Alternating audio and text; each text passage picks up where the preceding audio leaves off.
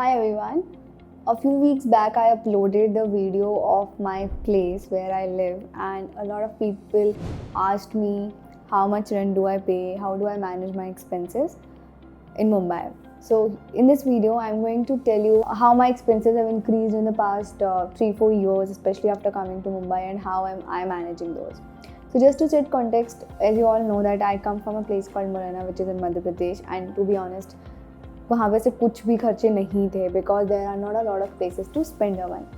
I shifted to Delhi in 2018 for my articleship and expenses increased, which was rent, your conveyance, and normally dinners, etc. The real hike came into picture when I shifted to Mumbai. So I shifted to Mumbai a year back in June. In Delhi, I used to pay 33,000 as a rent for 2 BHK somewhere in South Delhi. In Mumbai, I am paying 68,000 rupees for 1 BHK. There are my own reasons for choosing this place, which is safety, amenities. It was close to my office, etc. A lot of reasons to stay here. But for me, expenses are more than 2x here, mainly because of rent and conveyance. Even amidst all of this, how do I manage? So, this is a very general philosophy which I have followed in the last 5 years. Not last 5 years, but after I became CA and I started earning. So you can say last 2-3 years I have been following this. Firstly, I make a goal that whether I want to save 50%, 60% or 70% of my salary. That is the goal, and by salary here I mean the in-hand amount that I get, not the CTC.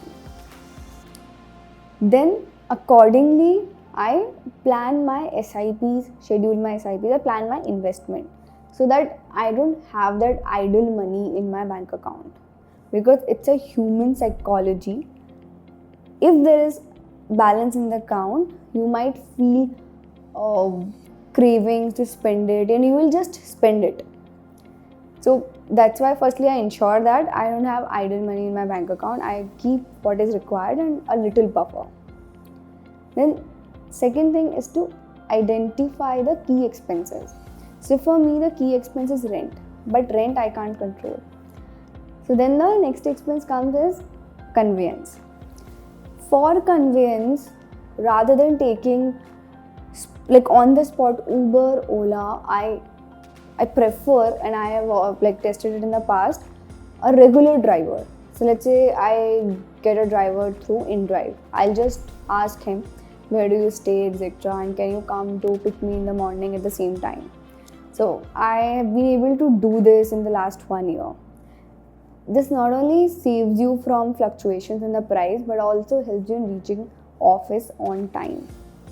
You don't have that, that panic, okay, you are late, you will not get a cab.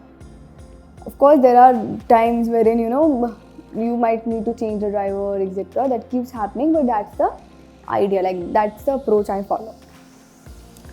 Then, next thing you can do is track your expenses. You can download any app or you can just maintain an Excel to see what are your expense patterns. How much do you spend on conveyance, dinners, entertainment, shopping, etc.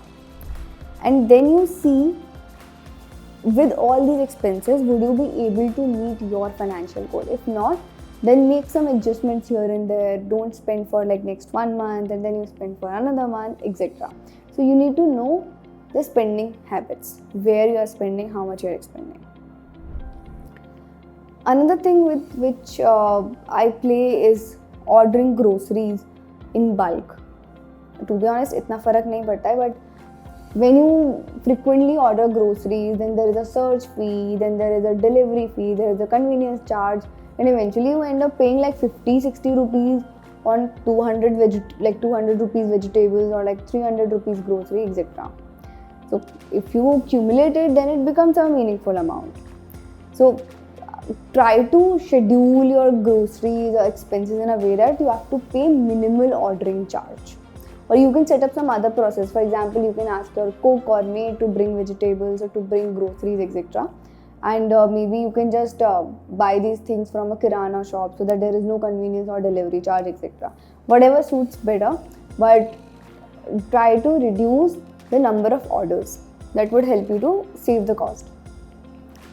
Then last thing that I follow is, and this is very personal, I don't do any expense in cash because I feel that I'll forget and I'll not be able to maintain a log for the same. So if you are someone who spends cash for some other, like for maybe any reason, then maybe you can just make it in Excel. You can write it in your OneNote, in your phone, that okay, I spent this much amount on this day on cab, dinner, etc. So just maintain a log so that you can know where you are spending and how much you are spending.